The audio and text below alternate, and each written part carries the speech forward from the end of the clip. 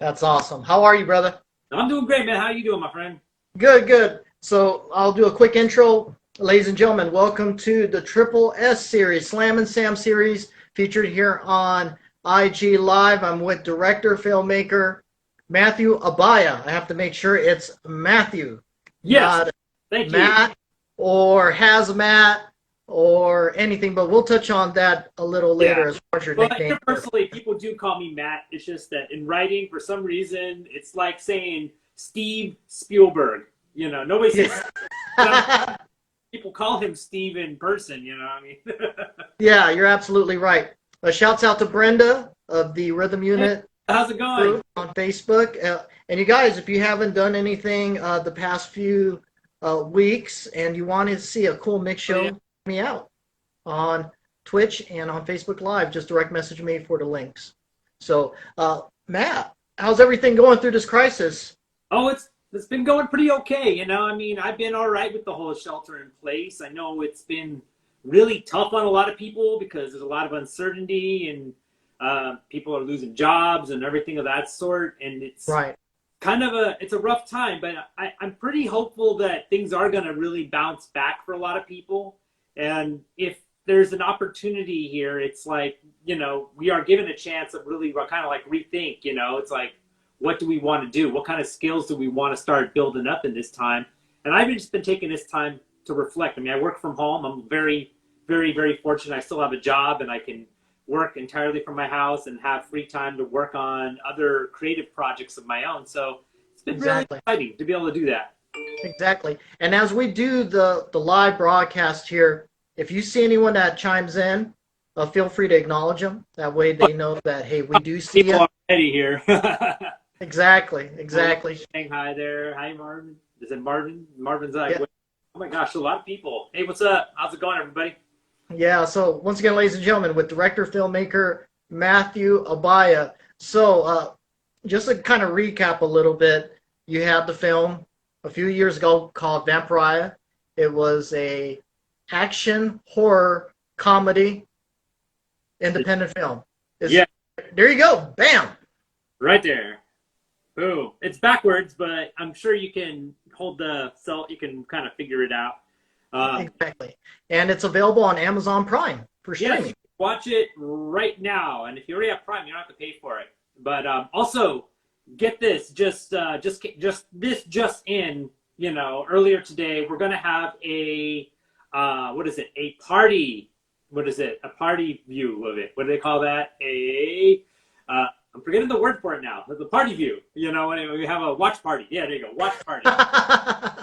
So I don't know why I couldn't say that for a second. Party View. That's a new one. Hey, let's go check out the Party View. Party view. What? That's like something your older your tito says. Yeah, let's go to the party view. Uh, something something bad like like. But exactly. So talk about that. it's going to be happening on this Saturday. All the details will be posted on my Instagram page. It will be I Don't Care Productions right now. So yeah, it's all just come in. Another hole in the head just asked me to participate in this, and it's going to we're going to have like I guess a secret code to like type in, and you can join in all the fun. We'll try to get some people from the cast and crew to kind of join us, and you can literally just be talking throughout the entire movie on a chat at the same time, like Oh wow. Oh questions wow. and stuff. Well, the film's Okay, going so on. so how does one join that? They just have to direct message you here? What's that? Yeah, I'm gonna actually put a post up on my Instagram page when that becomes available. So there'll be Perfect. like that. And if you want to message me, I'm always down to hear from people who want to engage, about filmmaking or independent film production. So definitely hit me up on I Don't Care Productions on Instagram. Gotcha. How did you come up with the name I Don't Care Productions? Oh, Because funny stories. When I was younger, my brother and I had our production company, and I asked my brother what should I call it, and he was kind of pissy at the time, and he just said, "I don't care." and the rest is history. Yes, yes. I mean, right now there's been a name branding. Now Hazmat Films and I Don't Care Productions. Okay. brand new thing because that's my nickname, Hazmat. And I decided that I wanted to we needed something else because some people weren't sure if they should take I Don't Care seriously. So I felt like hazmat was kind of hinting of the right amount of danger and without losing it and still referencing it. So this is part of my name here. Hey That's guys. awesome.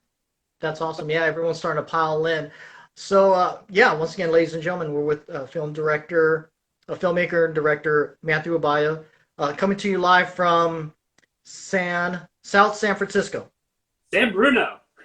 San Bruno. Kind of close. Is it like is it on the border so it could Yes, still be considered? If I get on a bike, it will take me less than 5 minutes to get to the border edge of San Mateo. I'm right underneath the, what is it? SFO, like the San Francisco International Airport. So Yeah. it gets deafeningly loud when I'm trying to record stuff, Yeah. recording and just, oh man, it's rough. Oh my God, ladies and gentlemen, he lives literally right next to the airport, and the planes, they come by and it shakes the house. Mm-hmm. It is just crazy. That's right. And and in the chat room right now. yeah, well, yeah, Marv's been around. He's formerly of the Bay Area, and now he's over here in Vegas. Vegas. Yeah, we're doing our thing here. So yeah, let's talk about what you have going that's coming up. I know we briefly touched on the whole Haunted Bay. If you could explain to the viewers what Haunted Bay is and how you're involved with that. Yeah, so this is the brainchild of Ying Lu. She's the woman who is really the mastermind of it. And it's kind of like one of those paranormal shows, sort of like Ghost Hunters, Ghost Adventurers, except I guess I like to think we're like less sensational than that because it's really about telling interesting stories. I mean, I'm not 100% sure I believe in ghosts, believe it or not. And I do a paranormal web show. And I think that's what's kind of cool about it is that it gives me a chance to tell interesting stories about history through possible paranormal sites. And, we call in real deal ghost hunters from Alameda Paranormal Researchers. And then we also have psychic mediums like June Ahern come in, and they are so phenomenal. But Wow. this the cool thing is, we do it all on volunteer. So I've been backlogged on episodes to edit. So the cool part is I'm actually able to start producing new episodes, even though we're in quarantine right now. Wow. So That's pretty cool. I'm really excited about that. And the episode I'm working on right now is actually a sequel to an episode we did about 2 years ago called the Warfield Theater. And anybody know the Warfield Theater in San Francisco? Like, who doesn't know the Warfield Theater? That's where all the mainstay acts of the Bay Area. Absolutely. But we were allowed such an unlimited access to this historic theater, mostly in the green rooms, where Jerry Garcia used to play, and he had his own little changing room. Grateful Dead. The Grateful Dead, and the most phenomenal thing happened there when we were doing like an episode. The paranormal investigators were using something called a FLIR camera and captured an image of a face that appeared in the episode. You can watch that on the Haunted Bay YouTube page to find out how. So, if you don't believe me, I actually will show you the picture if you guys are curious what could possibly be a real paranormal entity. And the craziest thing about this paranormal face that appeared in this photograph, it was like a thermal camera. It only reads heat. It came back 2 years later on when we came to do an investigation. So that's what this new episode is that. Okay. So I'm going to show you the before and after, the two faces that appeared. You guys all ready for this? Come on, give me some hearts if you really want to see this. Hearts? No, everybody's scared of ghosts. That's what it is. And it's easy to search on YouTube to find the past episodes as well, right? Right. This is going to be on the new episode. This is actually the paranormal researcher's hands right here. This picture on the left is on a cell phone. It was taken 2 years ago. And then 2 years later on, this photo was taken. And I don't know if you can see it clearly. I'll try to hold it closer, but it's a creepy looking face. Wow. Yeah. Yeah, I do recall that episode. Wow. So what the crazy thing about it too is it's a blue face. I don't know if you know how thermal cameras work, but it reads heat, not it reads heat and cold, and if that's a human face, it's really freezing cold. So I was there, and you got to watch the episode to find out how that photo was taken. I promise you, I 110% promise you that this is not faked or anything like that, because we've been called a few things on the internet. I'm not right here,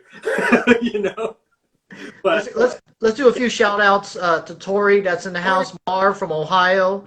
Yeah, they're coming in fast and furious. So I'm with filmmaker director Matthew Abaya out of San Bruno. He's put together some great work, and I actually had a few cameos in you a few did of his, zombie. few of his projects. And yeah, let's as far as what you went through with that, does that give you like a full conviction in that there are some entities out there that cannot be explained? Or are you still on the fence? I'm still on the fence. Even when I saw this, I was still floored and thinking, well, what could that possibly be? Because we went through some serious debunking of this, and at least I'm like what they call the optimistic skeptic. I swear to God, I would love to believe that there are such things as ghosts, because that tells us that there's more to life than the here and the now, right?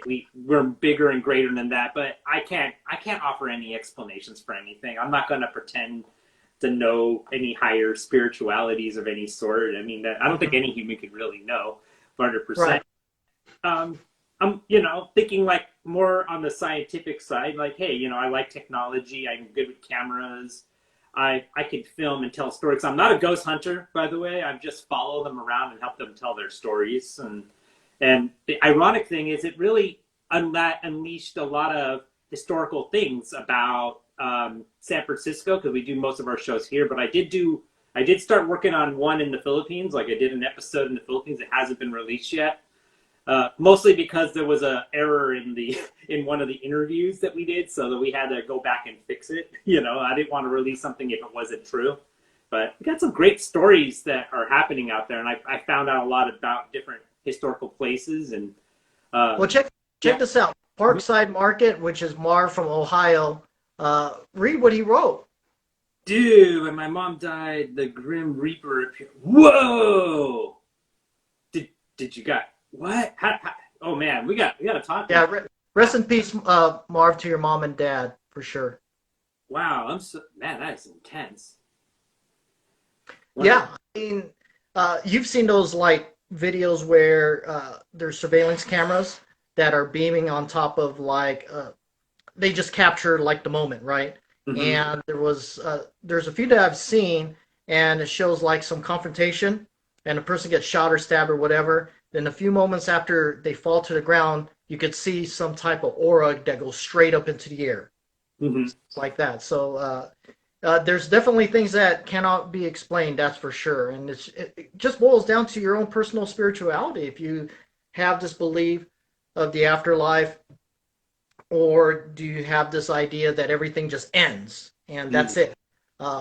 I think from the Ghost Hunters. He's talking about the dude from the Ghost Hunters. Which do you know which member is that from the TV show Ghost Hunters that you're talking about? Wow, man. Yeah, you gotta share these stories here. Parkside Market. Oh, yeah, I gotta share these stories. Yeah, his name on Facebook is Marvin Patton. So, Marvin. Yeah, you gotta share these stories, Marvin. This sounds amazing. And this is all in the Midwest, right? Because that place always gets crazy stories in the Midwest. Oh yeah, that's the epicenter of that's the epicenter of paranormal activity. Mm-hmm. I know people out there who are just really diehard about that movement. I helped edit for some of those people out there too. So I do a lot of stuff, and I guess it's what I do between actually making like scripted narrative films. Just been work. It's something really interesting that we can create regular content for, and it seems to be a lot of interest and demand in the topic. Cleveland, Ohio. I need to connect you with some people from Cleveland. I know people in Cleveland that you could talk to. I'll try to hook you up with those guys. They do another web show that's called Paranormal. Oh God, I'm forgetting the name right now. But Marvin, I'll connect you some people over in Cleveland that might be able to talk to you, because they're really good. They're really good. They use a lot of good technology to help them with them. Yeah, and getting back to what Marv just posted in regards to like people dying in a house, I believe you have to disclose that, and I think you have like seven years. After 7 years, you don't have to reveal it, but if it's within 7 years, you have to say, yeah, so and so passed away in my house when you're doing a house sale. You know about that, right? Yeah, I've Okay. heard that. Just it just so happens that we did a episode. We're doing an episode now on something called the Odd Fellows as well. Mm-hmm. Another episode we're editing right now. And throughout our research, we found out that there was, believe it or not, a house that was kind of like used to be an Oddfellow cemetery. And Mm-hmm. when they were doing renovations on the house, they were digging, and at the bottom of the house, they found a glass coffin. What? A glass coffin. Inside was a 2-year-old girl that was preserved almost perfect. Wow. But apparently that was because it was a lost coffin that should have been moved to Colma Cemetery because they Mm-hmm. apparently Mm-hmm. '06 earthquake. A lot of the tombstones, or kind of like Poltergeist. You remember that movie? Where Yeah.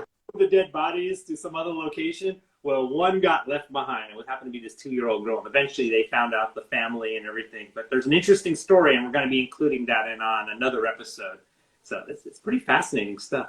It is, and going back to the Colma Cemetery, that place is just eerie. When you drive by, it's just right there on the main street, Right. and it's oozing out like supernatural vibes, and It's always something fun that too. But in the middle of the cemetery, I always tell everybody this. It's not open right now, by the way. I could take you to get some good salog, some Filipino breakfast at Lucky Chances in the middle of the cemetery. you're funny. No, you ever been there? I haven't taken you to that. You know about that, right? Yeah. I know about Lucky Everyone Chances. goes to Lucky Chances there in the Bay Area. Shouts out to Sandy and Tori that are tuning in with filmmaker, director Matthew Abaya. I have to always add that because you're my boy. I know you as Matt, but it's Matthew, Matt, you call me not Matt. Steve Spielberg. So now let's kind of go on the topic of the theme that I kind of threw on your appearance here is UFO and aliens. Ooh, UFO. Oh my God, aliens! Yes, aliens. The Gray. CNN just disclosed a few Air Force pilot video of encounters with aerial phenomenon that they were not able to explain. I think in general there's going to be things that we want to believe that are out of this world, and other things that might be just explainable if we just pull back the curtain and just say, okay, this is what it is. Right. What's your thoughts? And living near the airport, you're going to see a whole bunch of activity. Right. What's your thoughts on how things are with the UFO community and people's perspective in general in the mainstream? My honest feeling is we have so many things flying in the air right now. I mean, everything from personal drones to, like experimental aircrafts and everything. Sometimes, we all know that governments have black budgets that they use for experimental stuff. And when we see these kind of things, I honestly think it has a much more earthbound explanation, like of some kind of experimental aircraft that civilians in this particular case, this was a actual military ship that that filmed this. Is that what you said? It was an actual pilot in the Air Force that filmed it. Yeah. Okay. Yeah, and sometimes that they film some of the secret. Ooh, Marv just pointed something out. Skinwalker Ranch. Ooh, tell me about this. What is this? Oh, you don't know? You don't know about? Yeah. Tell me about Skinwalker Ranch. No. I won't tell you about it because I'll take up the entire show. You could just Google it. Just note that Skinwalker Ranch. Skinwalker. All right. I am typing it in right now so I can at least bookmark this. So again, for the people that are just tuning in, what are the films that they could check out now or appearances that you've been involved in? Because there's been quite a few. The stuff with another great friend of mine, Disciple. Oh yes. Just go down the plethora of your reel And so people could go ahead and start Googling and start checking out, okay, that motherfucker is the one that was on Sam's IG. Well, first let's start with remind people about, if they all tuned in, that my film, that the only feature-length film I have out right now is called Vampiraya. I've done a lot of music videos for different artists, but this is the one you can watch on Amazon Prime now. This Saturday, we're going to be doing a watch party with another Hole in the Head Film Festival, and please follow my page for that info. But in the Bay Area, I work a lot with a brother. I call him, his name is Jeff Gonzaga, but I call him Disciple, right? That's his stage name when he used to do bass playing for various different bands, you know. Shouts out to Jeff. Jeff, you know, he's kind of, I honestly think he is like working on the front line. He works for the airline industry. So he's got one of them frontline workers, man. He's one of those people that's keeping this country moving right now. So bless him for doing that. And he does that while raising his and making movies. Because shouts out to RJ. RJ, what's up? Just tuned in, and Marv is asking what the film is. The name of the film is again? Oh, it's called Vampiraya. Vampiraya. I think I have a link to it in my description too. I'm sorry, it's backwards. Marv, just DM him, and he'll hook you up with all the links. Yes. And he might give you a backdoor link to watch the film for free. There's, you know, you could watch the film for free without without any crazy links. There's actually a few places that will play it, but it will have commercials in it. Hey, you know, it comes with the territory, doesn't it? Yeah. Mm-hmm. All right. So, but yeah, as far as like someone like Jeff, that's around airplanes and aerial stuff, they're gonna see stuff and they're just gonna kind of like, okay, that's normal. Yeah. And to us, it's like, no, it's not. It's something that's unexplained. Right. And living here in Vegas, I've seen some unexplainable shit that I would just say, well, you're in the middle of the desert. Yeah, you're talking about like we're not too far from Nellis Air Force Base, Area 51. We live right where the hills are, so there's always something that comes up with the lighting in certain places. Mm-hmm. Yeah, it's pretty interesting here. That's for sure. I definitely would love to. I mean, I'm Tori's asking if it's on Amazon still. What's that? Oh, are you reading the? Yeah, Vampiraya. Yes, VAM. Oh, with it, there's an A. VAMPARIAH. But yeah, it's still on Amazon. You can definitely still watch it. I know people are searching for new content, you know, to watch during the lockdown because they're starting to. I think where people are starting to run out of things to watch, aren't they? Yes, for Ghost for Tori. Awesome. Once again, ladies and gentlemen, with filmmaker, director, actor, screenwriter Matthew Abaya, Slammin Sam, chilling with him. Talk about your involvement with the whole Lumpia 2 project and kind of get into that a little bit. Yeah, I mean, I there's some things I cannot say because, you know, when you're doing a film, it's like one of the things is, especially when you're doing things on the indie level, people always ask this really strange question to the indie director. It's like, what's taking so long? You know, why is this movie taking so long? That's one question I knew never to ask any of my indie filmmaker friends because, you know, a lot of them aren't being supported by Hollywood studios. And then most Hollywood studio films take a minimum of at least 2 years, you know, even like a movie by like a Marvel Universe films, you know, you hear about that film, it's like 2 years from the time you hear about it, because why do I gotta wait so dang long?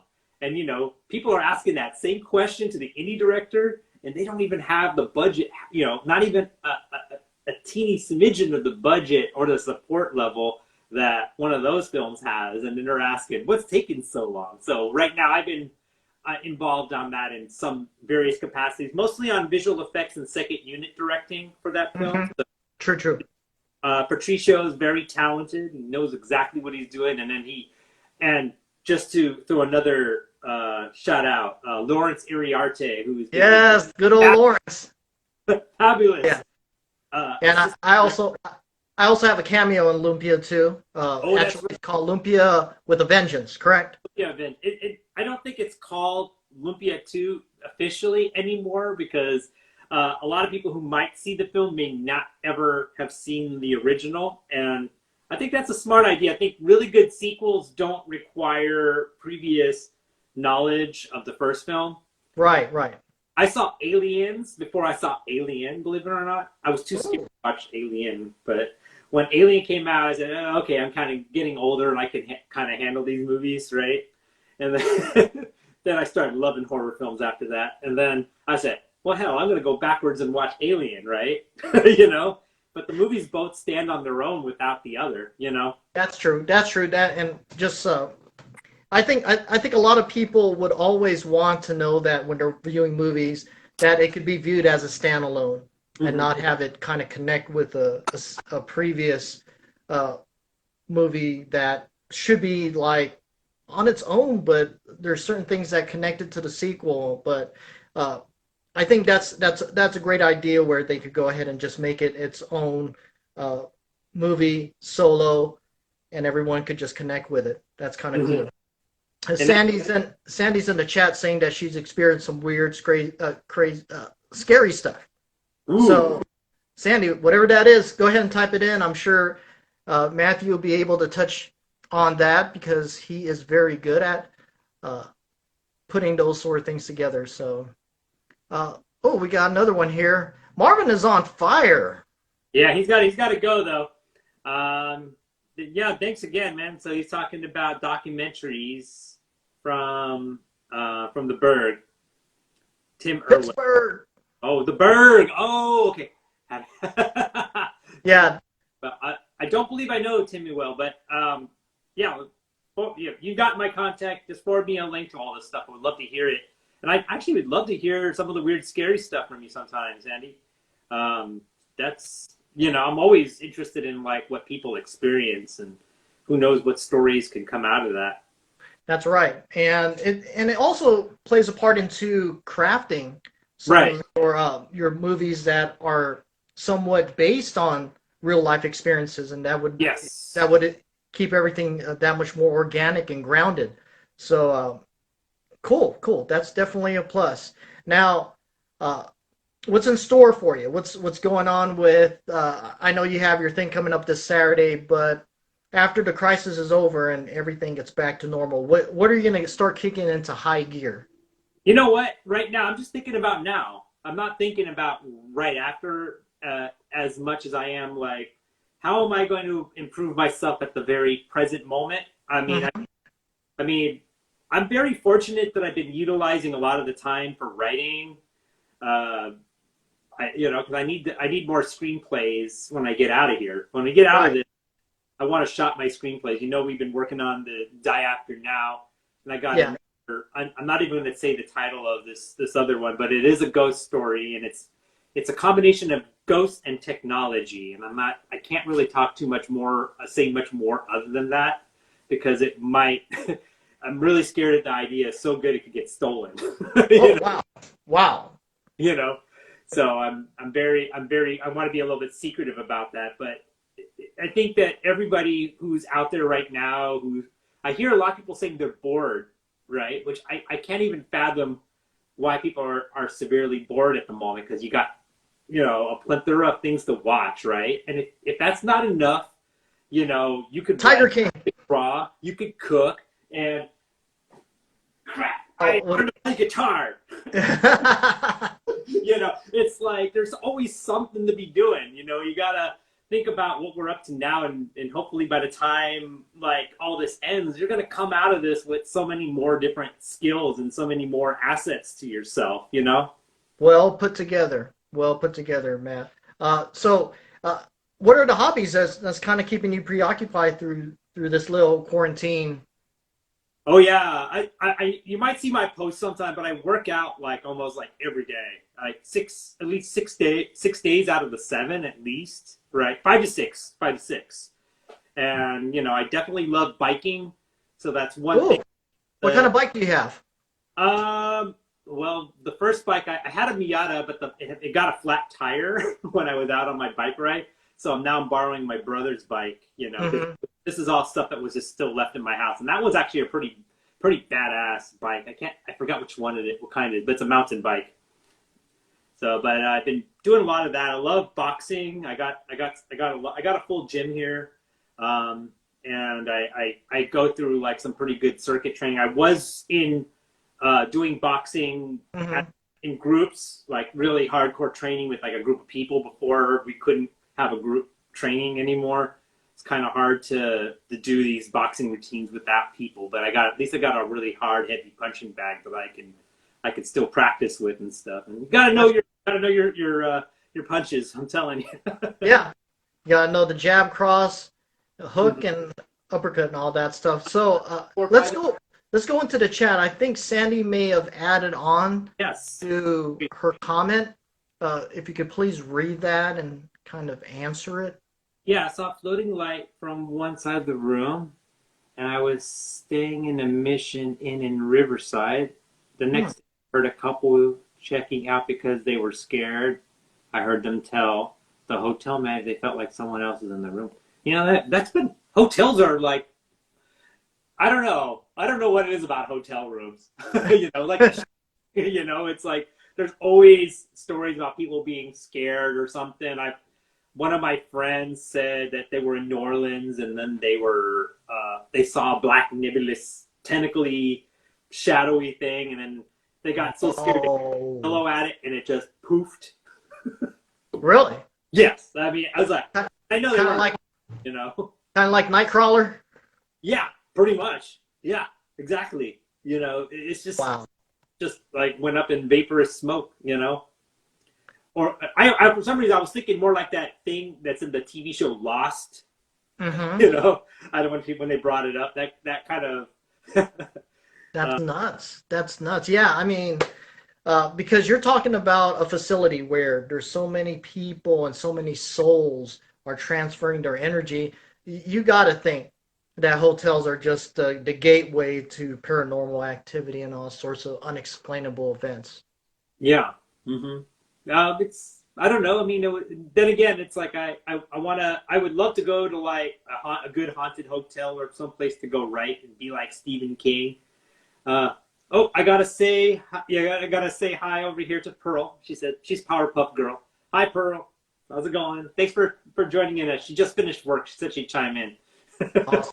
Awesome. Talking about ghosts, the Warfield ghosts. You know, she knows all about that. She's probably like, oh no, not that again.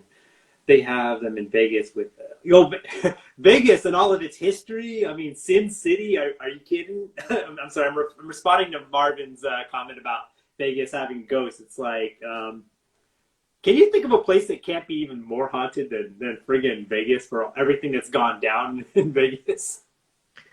Hey, we're here. We're here, and once everything gets started, a lot of stuff is going to be back in order in terms of checking out these museums, these nostalgic areas. Matter of fact, we checked out the Mob Museum. I don't know if you heard about Ooh, that, but that's the that's museum the where they biggest. talk about the whole mob history of Las Vegas and how everything's kind of cultivated through that action to make Vegas the way it is. Uh, Right, right. yeah, if you guys haven't been to the Mob Museum, please check that out. That's here in Vegas, and yeah, it's something. It's very interesting. There's so much Now, I want to. There's still so much I want to see in Vegas. I know I wanted to come out and visit you yeah, during spring break, you know, but that totally got derailed. exactly, and yeah, whenever you're ready, you're welcome to come chill here at the headquarters, and we'll be able to hang out and check out Vegas together. Uh, so obviously, because of this quarantine crisis situation, the major thing that you and I enjoy immensely are the cons, the conventions, Oh my God, yes. Oh, and how that's derailed not only people's livelihood but just the whole culture in itself, where people right. they plan out these conventions years in advance, and to have that kind of rip right below them out of the blue is just kind of like, wow, what do we do? Uh, what's your thoughts on the whole community, and is it something that will be easy to get back on? I think that, geek culture is always going to be there. I just think that everything's been, just like everything has just been moved to online right now. Right. I'm just hoping that at some point, I mean, I guess we could still have panels, but the panels will be like little Zoom chat meetings with little boxes, and all your Hmm. favorite celebrities are limited to this little box. So they should have Right. a Marvel universe. That would be really cool. Everybody from the Marvel universe on a Zoom chat meeting. Just imagine that. That would be kind of fun to see right now, but do it like a panel discussion. But I do definitely miss like being out where people are just excited about whatever Me panel, too. see, dressed in their favorite superhero costume or villain or whatever. It's just, I kind of miss that whole lifestyle right now, because you're just not going to Well, get. yeah, because through the media, which I am and my company is, we rely on being able to meet new individuals, businesses, talents to have on as guests. And when that resource is taken away from you, it becomes challenging to kind of like bring on uh, these interviews. But then again, you have to use the tools that's provided. And one great tool is what we're doing right now, which is Instagram Live. And I could basically find anyone and just do an interview as I'm doing with you. Mhm. It just isn't in person. Uh, Right. and there's nothing that's ever going to replace in-person interviews. When I was doing the Slam show, that was something I felt strongly about, having the talk show and having everyone show up. Right. There's been several times where I was thinking about doing what we're doing now, but I never wanted to use that as a crutch in terms of being able to have interviews. I wanted everyone to be in person and Hmm. to be at the studio on Monday nights at this time. No ifs, ands, or buts about it. Hmm. And for several years, it was really successful. And just have to adapt. Have to work with, again, the tools, which is what we're going through now, and bring that whole interview experience to everyone out there. Shouts out to everyone that's tuning in: Ben Dog, DJ Amp, and was there a follow-up edition? If you back up, I think Sandy says something about the history of. This admission has a lot of history with ghost stories, like the Mission District. I talk about the Mission District in San Francisco. I think that's what she's referring to. Yeah. We've done a few shows, a few episodes in the Mission District, and one of them was a psychic school. A school for psychics was one of Oh, them. really? What? That's beyond on the Haunted Bay already. Let's jump on that really quick. What's your thoughts on psychics? Ooh, really tough question, because I know a lot of them personally, and the funny thing is they know I'm on the fence too, right? But at the same time, I'm open to them, what they are. And one thing I could tell you about most of the psychics I've met is that whether they're actually tuning into something or not, they truly believe what is happening. So they're not lying to me. So I can't fault them for that at all. I don't mean to interrupt you, but Sandy says the Mission Inn located in Riverside. Oh, okay. I don't know. I don't know about that one. I will tell you the one of the craziest hotels I've been in though. Has anybody ever heard of the Cecil Hotel? And it was actually the inspiration for the TV show American Horror Story hotel episode. Really? But yeah, that's a pretty freaky place. But it was just a host of like different murders and ghost sightings. But the more recent and then there was a lot of murders and suicides and crazy things that happened in this one hotel. Where's But this located? this is in downtown Los Angeles. I don't think it's open to the public anymore, but it was I wonder why. it was a what? I wonder why. It had a very notorious reputation, but I stayed at that hotel when we were doing the premiere for Vampiraya, and people thought I was absolutely crazy for staying there. What happened? Nothing really, but I wanted to follow. I was very interested in a story about a Canadian woman who had stayed there. Her name was Lisa Lamb, where she was last spotted in an elevator going up and down, pushing all the buttons and looking around the corner, like looking kind of freaked out, like something was chasing after her. And then later she was found dead inside the water tower at the top of the building. Heard about that. Yeah, and then people were reporting that the water tasted bad or something. And I'm like, oh my God. And that story kind of captivated me. Like, what the hell happened to this poor girl? I kind of came. Okay, so did you stay at it prior to the story or after the story? Well after it. I was telling people about that story at the film festival. Like, we're staying at that place. And then I ran to some Canadians who are from Vancouver. Go, oh my God, everybody in Canada heard that story. You know? Okay, so you stayed there and you just said it straight up. Nothing happened. Nothing that I would call paranormal, but it gave me a lot of insights on what might have possibly in the real life happened to this poor girl. Got it. I just think she might have had a mental breakdown and somehow accidentally ended up in the water. Yeah, that's what I heard, that there was some, I don't know, some schizophrenia or something like that. Right. And that was a pretty intense story. I don't know if that's quite the mission in kind of stories, but it had a very notorious the hotel I was at had a notorious reputation. Hotels just have a notorious reputation because so much people and energy goes through it. I don't know. I don't even know how that even occurs, man. I'm still, like I said, I don't even know how to quantify that.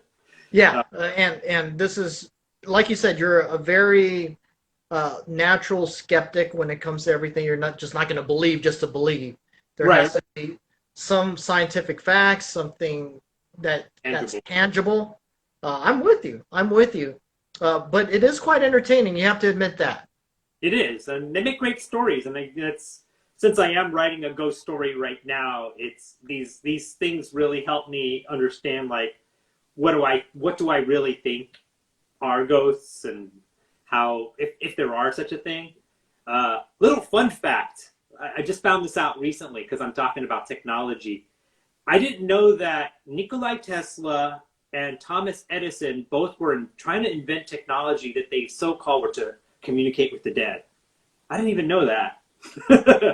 Well, I knew that they were sort of rivals, and rivals at the time, yes. Yeah, and that Tesla already created some free energy concept, and so you could knock down all the conspiracy theories you want, but I think Tesla was already ahead of his time. He was way ahead of his time. So ridiculous. Just to hear some of the things. Part of one of my jobs, I sit on classes on energy, and they still are talking about all the great innovations that Tesla has brought on. But the strangest thing I ever heard is that I think Tesla was working on a telephone that was supposed to talk to the dead. And then I guess Thomas Edison, being Thomas Edison, goes, that guy can't one-up me. I'm going to make my own telephone that will talk to the dead. And they weren't really into the whole paranormal movement, so to speak. So I was kind of fascinated by why are these two guys who are like, but like an Elon Musk and all that, trying to make this could be like considered quack, devices or something like that, Speaking of Elon Musk, did you hear about that Cybertruck that came out several months ago? God, yes. What's your thoughts on that? That thing looks like straight out of Mad Max. It looks more like, you ever see that? Remember that movie, that Disney film, Flight of the Navigator? Yeah. It's like a little teardrop metallic ship. What? Sometimes when I look at it, it reminds me of the old Atari 2600 Combat. Oh, yeah. 8-bit pixels. That's the Cybertruck by Tesla. Yeah. Tesla and it's funny. Yeah. It's funny because I believe you could put $100 down and you'll have it reserved. You want it? Yeah. Is this you? Would you roll in it? I wouldn't pay for it. I'll roll in it. I'm interesting looking car. I'm kind of curious how it would. I mean, I guess I would have to test drive it. Yeah, just test drive it. Yeah, I want to see how it works. I remember when you had your old Mad Max pickup truck for a little bit. Yes, that was. I called it the Zombie Apocalypse Mobile. Whatever happened to that ride? It was starting to get kind of old and broken down, and somebody, I guess somebody who knew how to flip cars, he kind of waved me on the road and goes, "Hey, hey, hey, can I buy that thing off of you?" And then I thought to myself, I don't want to shell out the money to fix this car. And then when I saw that somebody would take it and then really make this car like brand new again, right? I said, I am not going to hold this car back from being a better car, Hey, did you take pictures of it? Oh yeah, I did. Yeah. I want to see it, man, because I remember you took that to Walnut Creek. I was like, wow, this thing is straight up a movie prop that's on wheels. Mm-hmm. I've been asked a few times to feature that in films for some weird reason. I mean, it used to belong to my dad, believe it or not. It used to be my dad's car, and it was a stick shift, so it wasn't like no automatic. Yeah, see, and that's the realness of it. Real thing. So yeah, ladies and gentlemen, once again, talking to film director and film just entrepreneurial, just overall great guy, Matthew Abaya. And yeah, is there anything you wanted to touch on as far as specifics? Right now, I know that I'm also dabbling in, I'm also a DJ, right? I haven't been DJing. I only DJ at one place once a month, and there's no dance floor. So I'm not. In fact, I've actually tried to DJ like it's a nightclub at this place, and then people kind of go. The management goes, "This is a club," So where's this at? This is called the Willows in San Francisco. It's a really nice place. They got some great food, by the way. It's like it's a gastropub, and our DJ spot is right next to the pool table. So when the pool cue, like if you imagine a pool cue going whoo this way, and then it's like I'm all DJing, and it's all vinyl too. I'm going whoa, I'm like. Oh my gosh, they gave you the ideal spot.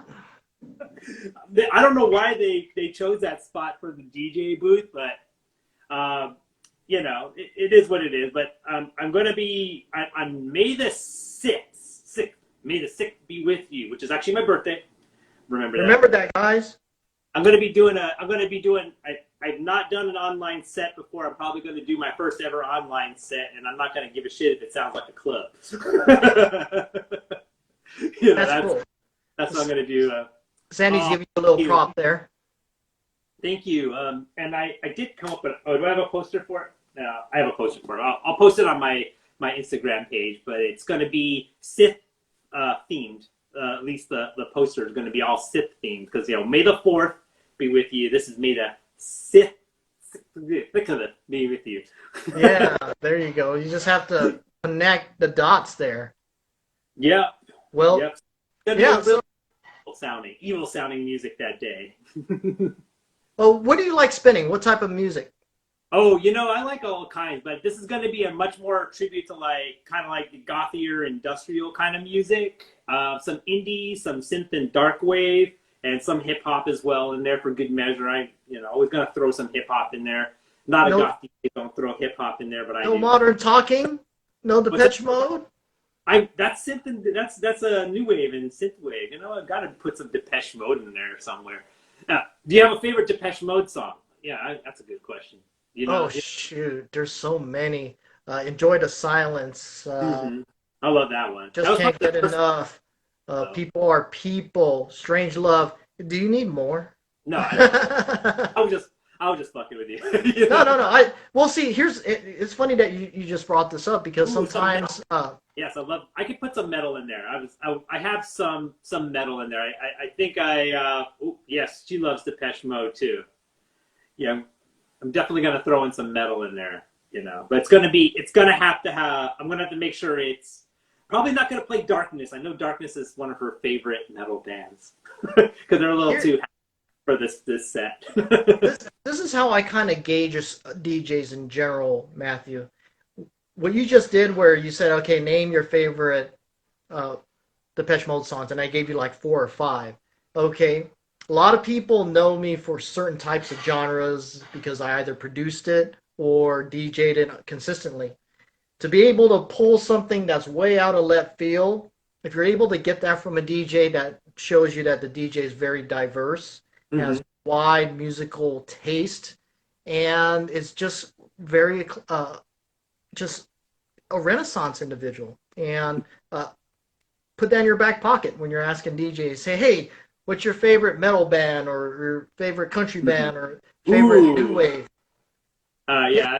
Metal get band. That's get band. people to push the limits of their taste. Right, right. Definitely have mine. I told you earlier, it's like I never was like a big country fan, but I got to tell you, that's limiting if I actually said I don't like country music, any country music. I do. I found out, I'm a really huge, fan of a certain artist and stuff, Yeah, yeah, So, and that's the key. It's just diversity and just having this wide range musically makes you not only a better DJ but a better person. Uh, it's just because every type of genre is rooted into something that's back in the day, and you have to respect that. and also new stuff. I also like to not think of myself as a product of just one generation. Some people like, Hmm. I know one thing I appreciate about you is that, you definitely have like all your 80s and 90s throwbacks, but you always throw in like the new shit with that. That's kind of important, you don't live in the past. I mean, I don't want to ever be that person. Yeah, see, and that is a great point because, like, going back to like the freestyle Latin music, Cover Girls, Sweet Sensation, Stevie B. All Yes, yes. right, all those songs are generational songs that people will like, and no matter what, will stick to that till the day they die. Of course. But if Stevie B comes out with a new song or Cover Girls, they're like, "Oh, that's cool, but I'd rather hear Spring Love." You get what I'm saying? And Yeah. that's just the way it is in all genres of music. MC Ren, he had mentioned that about like, yeah, I'm a better MC now, but no one wants to hear my new stuff. They just want to hear NWA, F the Police. It's Right. like There's stuff that's just the way we're wired, and I think everyone should just pull back a little bit and just say, hey, let's give new music a chance. And uh, I think sometimes new music is just this segregated type of mindset where it's only going to be for the youngsters. That there was never ever a rule about that. It could be whatever age appeals to you. You like that right. music, and that's the wonderful thing. But yeah, I'm glad that you're pointing it out that you don't want to be like, oh, I just want to be stuck on hearing Depeche Mode classics. But I will say though, there are certain artists that I like them at certain points in their career. Correct. Like, I mean, I know I really like Ice Cube a lot, but I don't know much about his new stuff. And I heard if you go to his concert, he'll only do newer stuff. And like, you want to hear, that repertoire that you grew up with, right? So Right. Right. Right. it And, is and you tricky. It is tricky. Yeah, and you could tell in the tone because they'll do the concert and they'll like do their classics and like, yeah, I got my new track, blah blah blah. And you could almost feel like the energy zapped out because it's like, oh man, I want to hear more of the classics. You're wasting my time. There's also certain songs also need to grow on you too. That's the other. Yeah. Like maybe if I had listened to this album a week, the new album a week before I went to go to their concert, right? Mhm. Maybe I'd be super jazzed to hear that song, right? Yeah, well said. Yeah, and it's just the way we're wired nowadays. I mean, it's not like I forgot how to produce or Timberland or Dr. Dre. It's not that we don't want to make new music. It's because we know the culture is always different from how it was back in the heyday, Right. and unfortunately, that's just the way it goes. And uh, because a lot of the youngsters they want to just have something they could say that's their own. We don't want to be listening to dad's or grandpa's music. That's kind of Mhm. like not hip. So we I've, we I've, all get it.